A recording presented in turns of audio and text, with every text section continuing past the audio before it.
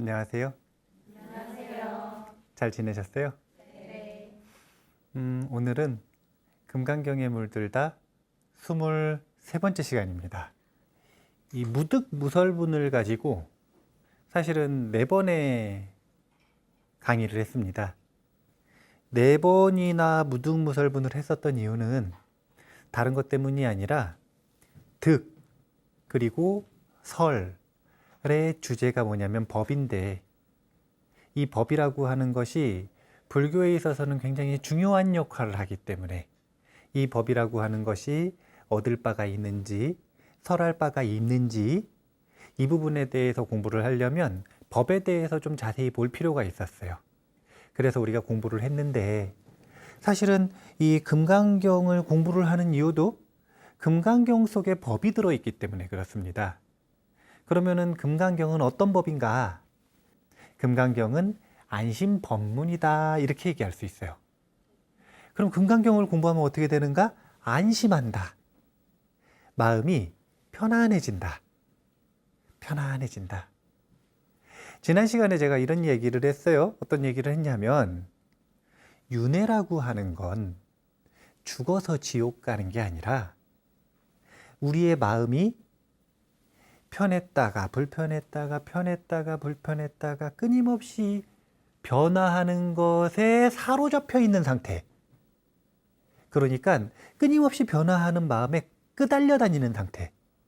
무슨 얘기냐면, 마음이 조금만 불편하면 얼굴이 찡그러지고, 마음이 조금만 좋으면 얼굴이 입이 쭉 이렇게 올라가고,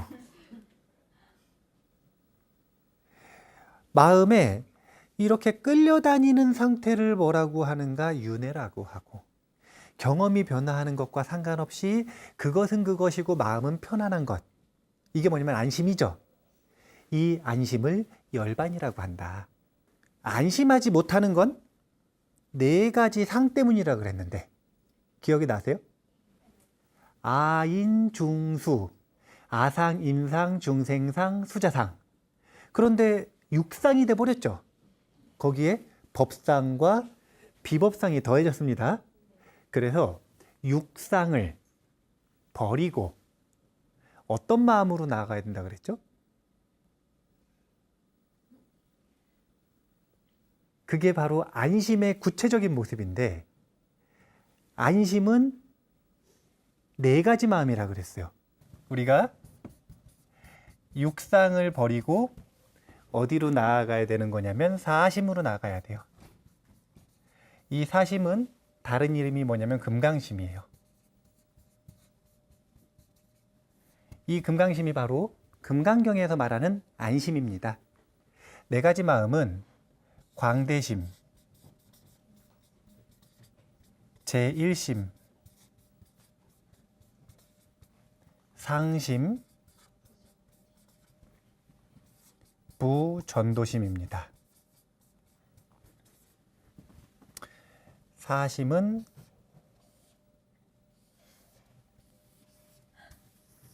이렇게 4가지 마음이에요.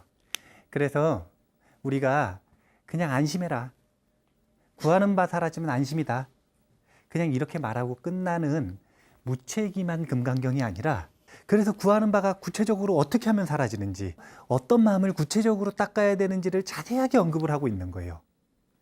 그러니까 그냥 아무 생각 없이 금강경을 읽다 보면 사실은 모르고 그냥 넘어갈 수 있는데, 여기에는 이론서와 실습서가 전부 포함되어 있는 내용들이 들어가 있습니다.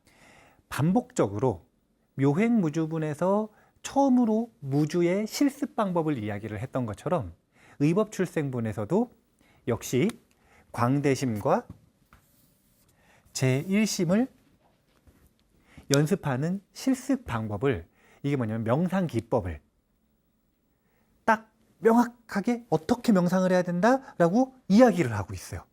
오늘은 제목이 불교와 코스모스입니다. 자, 코스모스 하면 뭐가 떠오르세요? 네? 꽃, 가을, 우주. 저 코스모스는 이제 이 서양 철학에서는 질서정연한 우주를 이야기합니다. 서양의 철학과 물리학에서 생각하는 우주의 모습과 불교에서 생각하는 우주의 모습을 좀 비교해 보는 시간을 가질 거예요. 그러면 넓은 걸 생각해 보겠죠? 그게 바로 광대심 연습이라는 거예요. 그게 어떤 원리로 광대심 연습이고 어떤 원리로 행복에 도움이 되는지를 오늘 한번 배워야 될 것 같아요. 그래서 불교와 코스모스라고 하는 주제로 광대심 연습을 한번 해보겠습니다. 수불이 존자요. 동쪽 허공이 얼마나 넓은지 상상할 수 있겠는가? 이렇게 질문을 한 건 얼마나 넓은지 몇 헥타르나 되는지 답변을 하라는 건가요? 상상을 해보라는 건가요? 그렇죠. 아니, 허공이 무한한데 넓이를 어떻게 재요? 몇 평인지 이런 거 물어보는 거 아니에요. 누구 소유인지 이런 거 물어보는 거 아니에요. 그런 거 말하려고 그러는 거 아니에요. 사람마다 무한한 그 광대함을 상상할 수 있는 능력은 다 다르지만 분명히 그 질문을 받자마자 광대함을 상상하잖아요. 그것에서 넘어서서 이번에는 서쪽, 남쪽, 그리고 북쪽, 감방과 상하, 시방의 허공을 상상하라. 이런 식으로 광대심 연습 방법을 알려주신 거예요. 우리가 무엇인가에 사로잡혀 있을 때, 자, 화가 났어요. 화가 나면 어디에 사로잡혀요? 예, 화에 사로잡히는데 왜 화에 사로잡히냐면 저 사람이 나에게 뭘 잘못했다 이 생각에 사로잡혀 있어서 그러는 거예요. 생각을 해보셔요. 화가 그냥 자라나는 게 아니라 그걸 곱씹으니까 자라나는 거예요. 내가 이런 취급을 받다니. 나에게 감히. 이 생각을 곱씹으니까 화가 자라나지. 그런 곱씹음을 안 하면 화의 자연 수명은 90초랍니다. 근데 우리가 화가 더 있을 수밖에 없는 행위를 반복적으로 연습했기 때문에 그게 뭐냐면 곱씹고 편집하는 거. 우리가 사로잡혀 있는 상태에서는 능력 발휘도 못하고 마음도 불편하고 그리고 번뇌에 시달릴 가능성이 높기 때문에 그런 상태에서 벗어나는 방법으로 광대심 연습은 정말 가장 좋은 효과를 가지고 있습니다. 가장 쉬우면서. 그래서 오늘 이제 새로운 방식의 광대심 연습이 어떻게 나오는지 한번 보겠습니다. 수보리여, 그대 생각은 어떠한가? 어떤 사람이 삼천대천세계에 칠보를 가득 채워 보시한다면 이 사람의 복덕이 진정 많겠는가? 수보리가 대답하였습니다. 매우 많습니다, 세존이시여. 왜냐하면 이 복덕은 바로 복덕의 본질이 아닌 까닭에 여래께서는 복덕이 많다고 하셨기 때문입니다. 자, 이 경전 구절 중에 뭐가 제일 중요해 보이세요? 복덕, 보시, 뭐가 제일 중요해 보이세요? 이 문장만 가지고 키워드 몇 가지를 뽑으냐에 따라서 완전히 다른 내용들로 뻗쳐나갈 수가 있는데 일단은 지금 광대심 연습이라 그랬잖아요. 그러면 지금 이 구절 중에서 광대심 연습과 관계되어 있는 것은 삼천대천세계입니다. 삼천대천세계. 삼천대천세계는 또 그림을 그려야 되죠. 자, 이게 뭘까요? 수미산. 이야, 대단하시네요. 예. 수미산이라고 하니까 수미산이 지구에 있는 어디 산인 줄 알아요. 고대 인도 사람들이 생각하기를 이 세계가 있으면 그 세계의 중심이 되는 축이 있겠죠. 이 축을 수미산이라고 생각을 했던 거예요. 그럼 여기 수미산이 중심이겠네요. 그러면은 그 다음 뭐라 그러냐면 구산파래라 그러는데 바다가 있고 또 산이 있고 바다가 있고 또 산이 있고 바다가 있고 또 산이 있어서 구산파래 해가지고 쭉 이렇게 하면 마지막 바다가 있는데 이렇게 마지막 바다가 있거든요. 그러면은 여기에 남쪽, 서쪽, 북쪽, 동쪽. 섬이 4개가 있어요. 근데 이게 바다가 재밌는 게 안 짜대요, 바닷물이. 어느 바닷물만 짜냐면 맨 마지막 산, 벽, 바깥쪽 물만 짜대요. 그래서 그 짠 물, 바닷물에 4개의 섬이 있는데 동서남북 중에 요 남쪽에 있는 섬이 지금 우리가 사는 섬이라. 여기가 바로 남섬부주예요. 이름이 섬부주라. 근데 남쪽에 있으니까 남섬부주 이러는 거예요. 그래가지고 우리가 살고 있는 지금 이 인간 세계는 남섬부주라고 생각을 하는 거예요. 그러면은 이 남섬부주에 금강산이라고 하는 산이 있는데 이 금강산 지하에는 지옥이 있대요. 금강산 지하에는 지옥이 있대요. 그리고 천상세계는 어디 있느냐? 이 수미산이 있으면 수미산 거의 꼭대기쯤 올라가가지고 거의 마지막 꼭대기쯤 올라가서 여기서부터 천상이 시작되는 거예요. 그러다가 여기 딱 꼭대기에 있는 천상에서 이제는 비물질의 천상이 시작되는 겁니다. 물질적인 세계가 있는 천상 세계가 있고 비물질적인 천상 세계가 있는 거예요. 그런데 여기서부터 천상 세계가 28층이 이어집니다. 28층. 지금 저기 보면 이렇게 지옥 세계 있죠. 아귀는 지옥 세계에 같이 살기도 하고 사람 세계에 숨어 있기도 하고 온갖 곳에 있대요. 축생은 사람들과 같이 살죠. 지옥, 아귀, 축생. 아수라는 원래 요쯤 사는 천신이었는데 쫓겨나가지고 바다 있는 데로 떨어졌는데 공덕이 있어가지고 수미산 요쯤에 어떻게 또 이 아수라 사는 데가 생겼대요. 그럼 아수라는 저기 있네요. 그러면은 지옥, 아귀, 축생, 아수라, 인간. 인간은 어디 있냐면 여기도 있고 여기도 있고 여기도 있고 여기도 있어요. 그렇게 인간도 살고 천상도 살고 있죠. 이게 바로 하나의 세계라. 우리가 생각하는 육도윤회 할 때 6개의 세계가 여기 다 있잖아요, 지금. 그 6개의 세계가 이런 방식으로 어우러져 있는 모델을 생각한 거예요. 그러니까 이게 고대 인도의 공간적 세계관이라. 그러면 이렇게 이루어져 있는 세계를 뭐라 그러냐면 하나의 세계라고 하는 거예요. 그럼 저런 세계가 많을 것 같아요? 적을 것 같아요? 많으니까 하나의 세계 이랬겠죠. 그러면 저런 게 세계인데 이게 하나의 소세계라면 이 세계가 1000개 모인 게 소천세계가 됩니다. 저런 세계가 1000개가 모인 게 소천세계예요. 그러면 이런 소천세계가 또 1000개가 모인 게 뭐가 되냐면 중천세계가 돼요. 천이 한 번 모여가지고 소, 천이 또 한 번 더 곱해지니까 중. 그럼 대가 되면은 여기다가 중천세계가 또 1000개 모이면 대천세계라 그러는 거예요. 그런데 요 대천세계가 되기까지 천이 몇 번 곱해졌어요. 그래서 3000 대천세계다 이렇게 이야기를 하는 거예요. 그러면 저런 3000 대천세계는 어떤 의미인가? 어떤 의미인가? 부처님이 한 분씩 계시는 자기 구역이라. 3000 대천세계마다 부처님이 한 분씩 나신대요. 그러니까 부처님 본인의 구역인 거예요, 이렇게.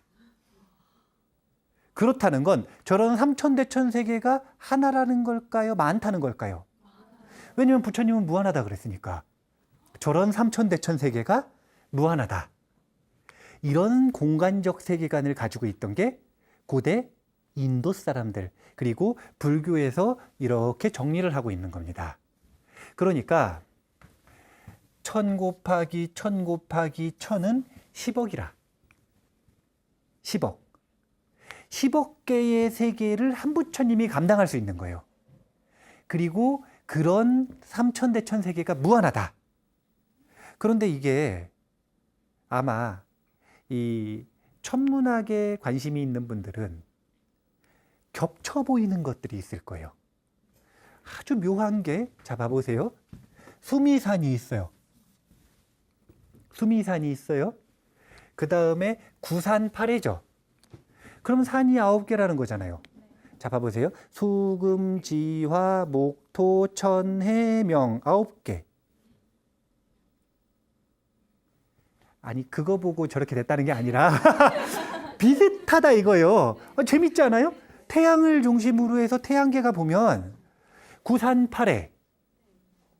마치 그 중간에 허공과 같은 바다가 있고 그 중간에 행성들이 있고, 이런 모델, 천문학적 모델, 그런 모델들과의 유사성이 아주 재밌어요.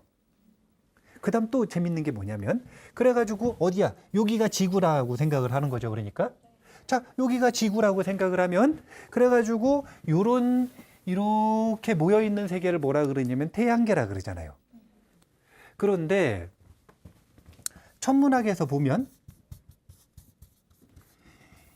이런 태양계가 이제 숫자 단위들은 제가 이제 요 방송에서 해야 돼서 책마다 이렇게 찾아봤는데 책마다 조금 숫자 단위들이 틀리더라고요.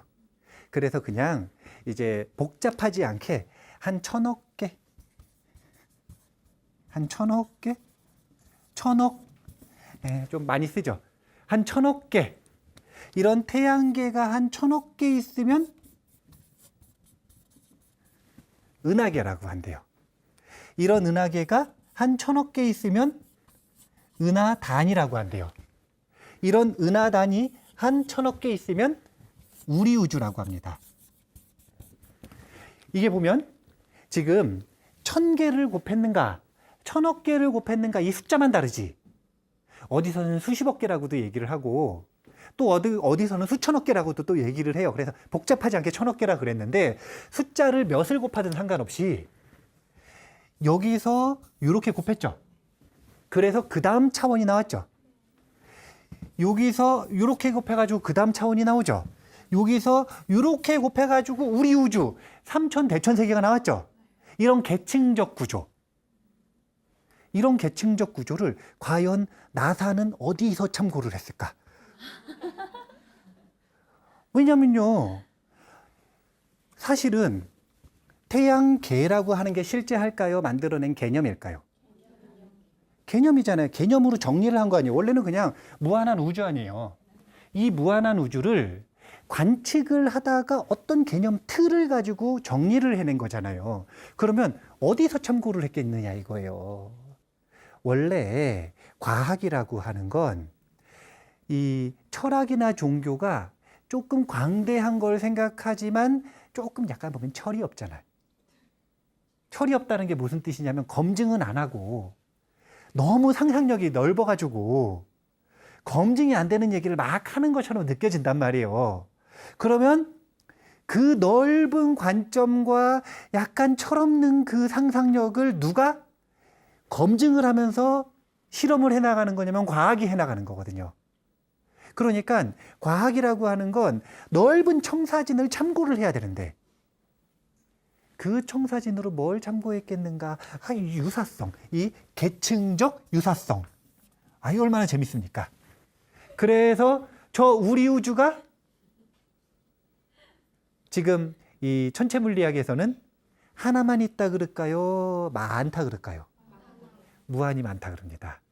똑같은 구조. 이 동양이나 인도는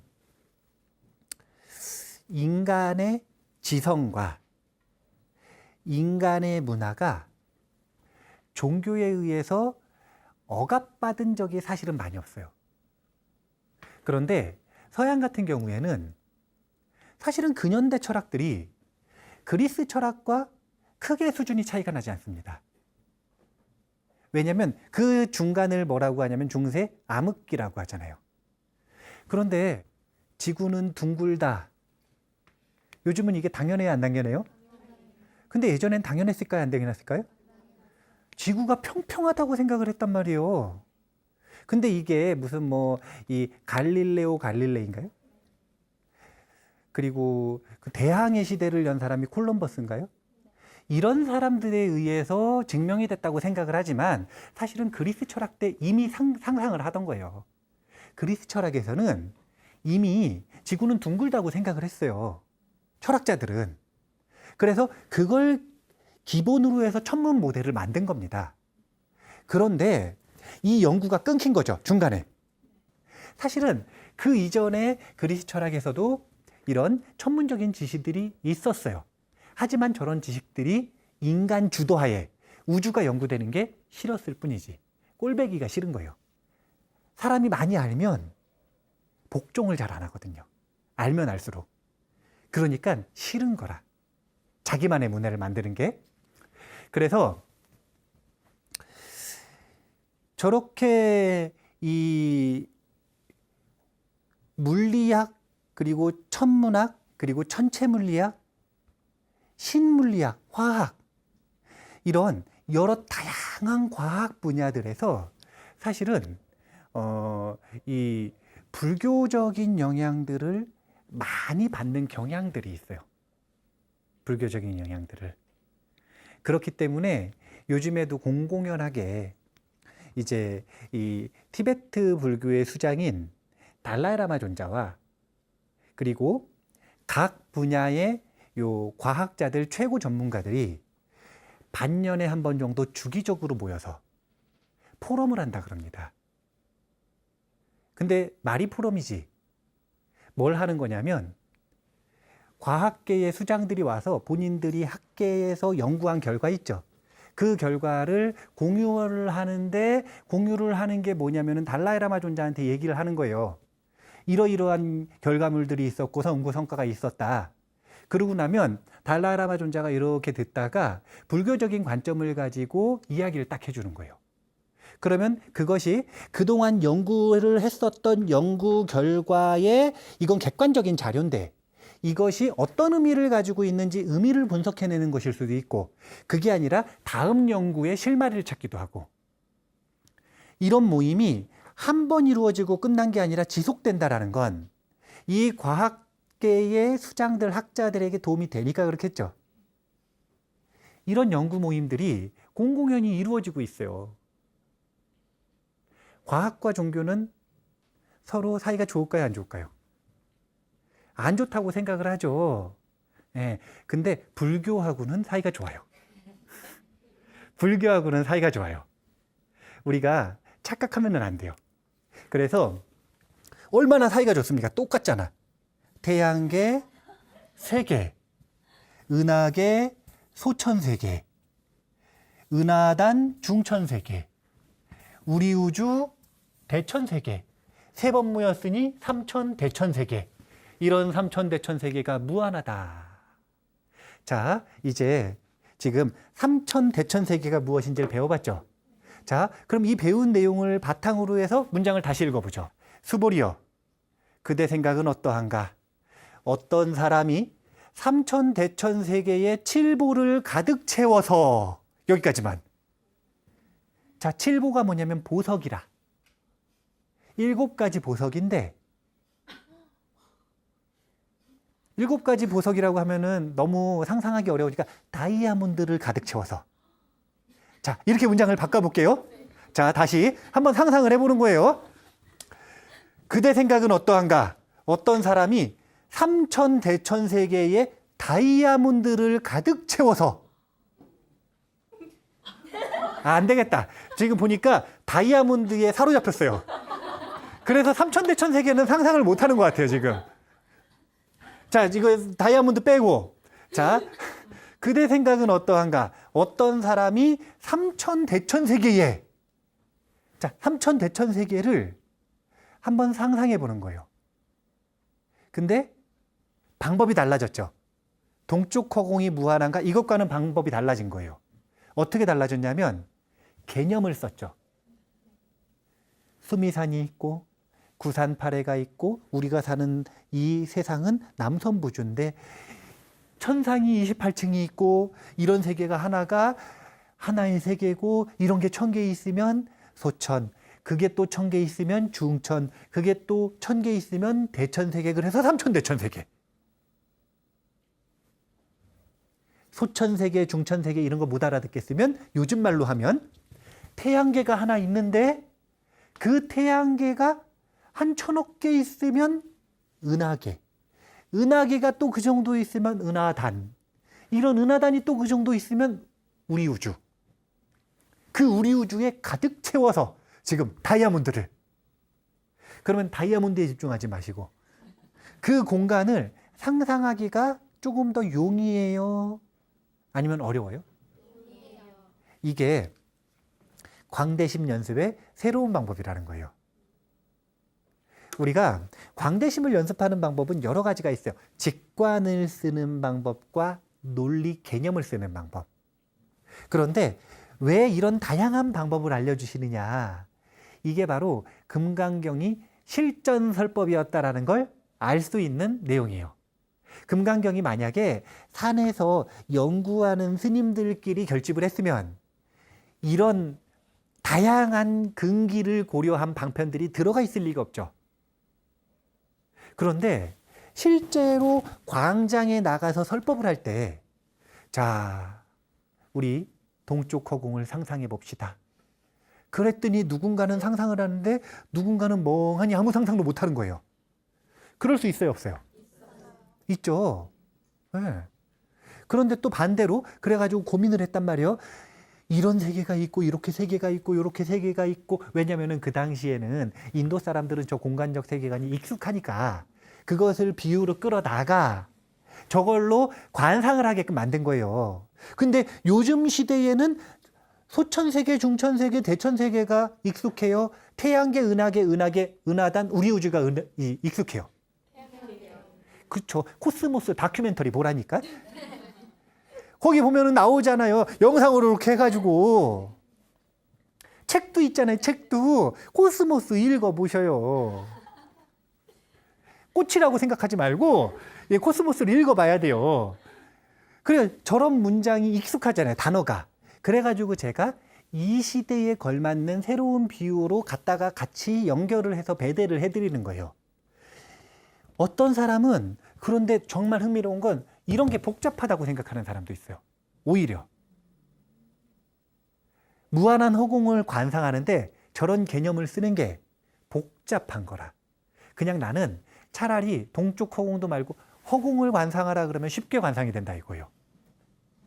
이게 무슨 차이냐면 바로 근기에, 이런 걸 보고 근기의 차이라 그러는데, 근기에 따른 광대심 연습이 다르다 이거예요. 광장에 나가보니까 우뇌형 인간이 있어요. 그리고 좌뇌형 인간이 있어요. 우뇌형 인간은 숫자와 논리와 개념을 쓰는 게 쉬울까요? 이미지를 쓰는 게 쉬울까요? 이미지를 쓰는 게 쉬워요. 이런 사람들은 보통 뭘 잘하냐면 그림을 잘 그려요. 미술 실력이 좋은 거죠. 뭘 잘 만들어. 자기가 원하는 그림이 있으면 그것을 형상화했을 때 원하던 결과물이 나오는 거예요. 근데 좌뇌형 인간이 그림을 그리잖아요. 아주 멋진 이미지를 상상하지만 그려놓으면 이 졸라맨 그 그림이 나와요. 그 머리 이렇게 있는 그 그림 있잖아요. 유치한 그림. 나는 굉장히 아름다운 사람을 그리고 싶은데 능력이 안 되는 거예요. 능력이. 하지만 좌뇌형은 뭘 잘하느냐? 언어와 개념과 숫자 놀이를 잘해요. 우뇌형은 또 그게 잘 안 돼. 기억을 하는 방식도 완전히 틀리다대요. 지금 여기 이렇게 이미지가 있으면 우뇌형은 전체를 사진을 찍는다대요. 그래서 기억을 한대요. 그런 대단한 일을. 그래서 눈을 감으면 총천연색 색깔로 그때 모습이 딱 기억이 난대요. 근데 좌뇌형 인간은요, 눈을 감으면 보이는 게 없이 깜깜해요. 이미지가 아무것도 안 보여요. 그러면은 좌뇌형 인간은 어떻게 기억을 하는가? 이버부님 옆에 이버부님이 있었고, 이버부님 옆에 이버부님이 있었고, 이버부님 옆에 이버부님이 있었고, 그 위에 조명이 있었고, 이 내용 세부물을 기억을 하지 이미지로는 기억이 안 나는 거예요. 완전히 다르죠? 두 인간이 완전 다른 거라. 그러니까 이 두 사람이 완전히 다르니까 수행하는 방법도 다를 수밖에 없는 거예요. 우뇌형은 뭘 써야 되느냐? 직관을 써야 된다. 좌뇌형은 뭘 써야 되느냐? 논리와 개념과 분석을 써야 된다. 그래서 이 두 가지가 이제 완전히 다른 것처럼 보이는데 이 두 가지를 한 사람한테 다 하라는 게 아니라 다른 사람에게 다른 방법을 알려준 거예요. 그러니까 그 중에 자기가 관상하기 쉬운 방법을 선택을 해서 결론은 뭘 해야 되는 거냐면 광대심 연습을 해야 되는 거예요. 우리가 이 저런 광대한 세계에 대한 이미지 트레이닝을 하지를 않으면 자기가 살아가는 방 요만한 세계관을 가지게 됩니다. 자기가 요만한 방에서 살면 자기 마음이 요만해지는 거예요. 밤이 요만해지면 인색해졌다 이거거든요. 요만해지면 그러면 욕심 많고 예민하고 겁도 많고 그리고 부정적인 생각들도 많이 일어나고 왜? 마음이 좁으니까. 바보시라니까. 요만한 장애물이 있어요. 그런데 내가 요만해요. 그럼 이 장애물은 커요? 작아요? 이게 지금 마음이 좁을 때의 일이라. 근데 이만한 장애물이 있는데 내가 이만해요. 그럼 얘는 지금 커요? 작아요? 작죠? 그러면은 문제가 변한 거예요? 내 마음이 변한 거예요? 똑같은 문제를 마음이 좁을 때는 진짜 죽을 것 같고 세상에 나만 이런 일을 겪는 것 같고 굉장히 특별하고 무서운 일인 것 같지만 마음이 넓어졌을 땐 이거 뭐 문제인가? 별거 아니네? 내가 왜 이런 거 가지고 전전긍긍했지? 그리고 웃으면서 지나갈 수 있는 거예요. 우리가 마음을 넓게 써야 되는 이유는 부처님 마음이 광대심인 이유는 부처님께서 그 어떤 상황에서도 초연하고 평온한 마음을 유지할 수 있었던 이유는 바로 저 넓은 마음에 있습니다. 불자는요, 가슴이 넓어야 돼요. 마음이 넓어야 됩니다. 그래야 어딘가에 사로잡히지 않고 번뇌에 잡아먹히지 않고 그 상황에서 최선의 지혜를 발휘하고 최선의 결과를 도출해낼 수 있어요. 여기서 말하는 최선의 결과는 이익 많이 보는 거 얘기하는 거 아니에요? 나와 너가 동시에 행복할 수 있는 최선의 결과를 도출해낼 수 있다는 거예요. 기본기예요, 기본기. 광대심은. 광대심은 기본기입니다. 마음이 넓을 때 우리는 능력 발휘를 한다. 이해하실 수 있겠죠? 이제 다시 또 즉비공식이 나옵니다. 즉비공식. 그래서 아까 이 앞부분에서 여기서 삼천대천 세계에 대한 이야기가 나왔잖아요. 근데 여기에 대해서 답변을 하는 방식을 보면 왜냐하면 이 복덕은 바로 복덕의 본질이 아닌 까닭에 열애께서는 복덕이 많다고 하셨기 때문입니다. 이렇게 이야기를 하는데 원문을 봐야 돼요. 원문을. 그게 뭐냐면 시복덕, 즉비복덕. 이게 바로 즉비공식이죠. 그런데 시고 설 복덕. 그래서 복덕 뒤에 한마디가 더 붙은 건데 이 즉비공식이 바로 광대심과 상심이라고 하는 반야, 무상반야가 결합되는 이 형태. 그러니까 사실은 광대심을 연습해야 된다. 이것은 금강경에서만 이야기를 할까요? 아니면 그전에도 얘기를 했을까요? 그전에도 얘기를 했어요. 마음이 넓으면 행복에 유리하다라는 건 당연하니까요. 그런데 금강경만의 특별한 특징은 다른 게 아니라 바로 이 즉비공식 반야를 광대심에도 그대로 적용을 하고 있다는 거예요. 그래서 열애가 말씀하시는 복덕이라고 하는 것은 복덕이 아니기 때문에 라고 하는 이 즉비공식을 잘 이해를 해야 되는데 시간이 거의 다 됐거든요. 그래서 아주 간단하게만 정리를 하고 넘어갈 거예요. 어떻게 정리를 할 거냐면 기억만 되살려 보겠습니다. 기억만. 자, 여기서 말하는 복덕과 여기서 말하는 복덕은 같은 복덕일까요? 다른 복덕일까요? 왜 다르냐면 둘 중에 하나는 뭐냐면 물 자체겠죠. 그럼 나머지 하나는 뭐겠냐면 보는 마음인 상분일 거예요. 자, 기억들이 떠오르세요? 다른 비유로는 둘 중에 하나는 밀가루 반죽이겠죠. 그리고 둘 중에 하나는 틀에 찍혀 나온 붕어빵일 거예요. 자, 붕어빵과 밀가루 반죽은 같아요, 틀려요? 이걸 다르다라고 아는 것이 바로 무상반야의 시작이라는 거예요. 이걸 모르면 어떻게 되느냐? 자기가 보고 있는 것이 실제와 같다라고 우기게끔 되어 있어요. 이걸 자꾸 사람들이 잊어버리니까 금강경 속에서는 즉비가 끊임없이 나오는 겁니다. 모든 곳에 적용해서 부처님의 몸에도 적용하고 부처님의 설법에도 적용하고 부처님의 깨달음에도 적용하고 그리고 이 복덕에도 적용하고 뒤에서는 장엄에도 적용하고 모든 것에다가 즉비공식을 적용하는 이유는 다른 게 아니라 우리가 생각하고 개념으로 받아들이는 순간 어떻게 되는 거냐면 실제를 보는 게 아니라 내 마음을 본다라는 사실을 기억하라는 거예요. 너무 오랜만에 오신 분들이 지금 잘 모르는 것 같은데, 자, 분필이 있어요. 자, 분필이 있어요. 이 분필 봐보세요. 분필 보고 있어요? 아니면 분필을 통해서 비친 마음을 보고 있어요? 이걸 알라는 이야기예요. 이거를 지금은 그렇게 대답을 하지만 일상 속에서 살아가면서 그런 생각을 해요? 꿈에도 안 한단 말이에요. 왜냐하면 철석같이 이걸 보고 산다고 생각을 하니까. 그래서 모든 욕심과 다툼이 생겨난단 말이에요. 왜냐하면 내가 보는 게 실제고 내가 보는 게 진실이라고 우기니까 서로. 근데 다르게 보거든요. 그래서 싸우는 거예요. 그래서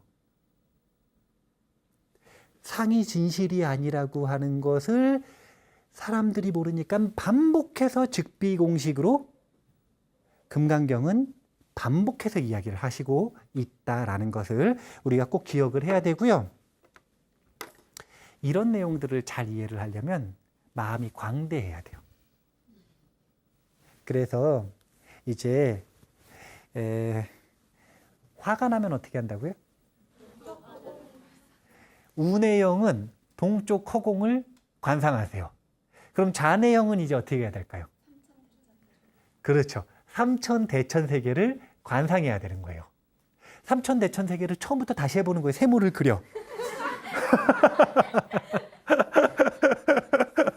938회를 그린 다음에 1000개를 곱하고 1000개를 곱하고 1000개를 곱해서 거기다가 다이아몬드를 채워보는 거예요.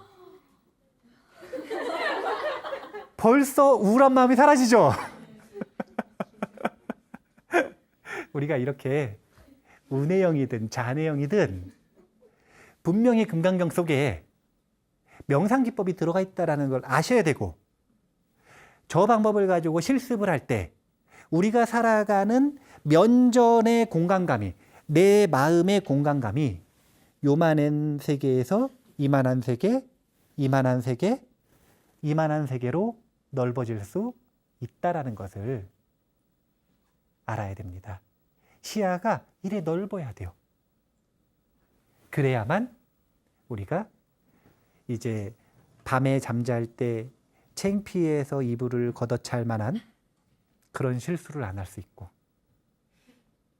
땅을 치며 후회할 만한 어리석은 선택을 안 할 수 있고 남들이 아니 너는 어떻게 그렇게 긴장도 안 하고 당당하게 올바른 선택을 잘 하냐고 지혜로운 사람 소리를 들을 수 있어요.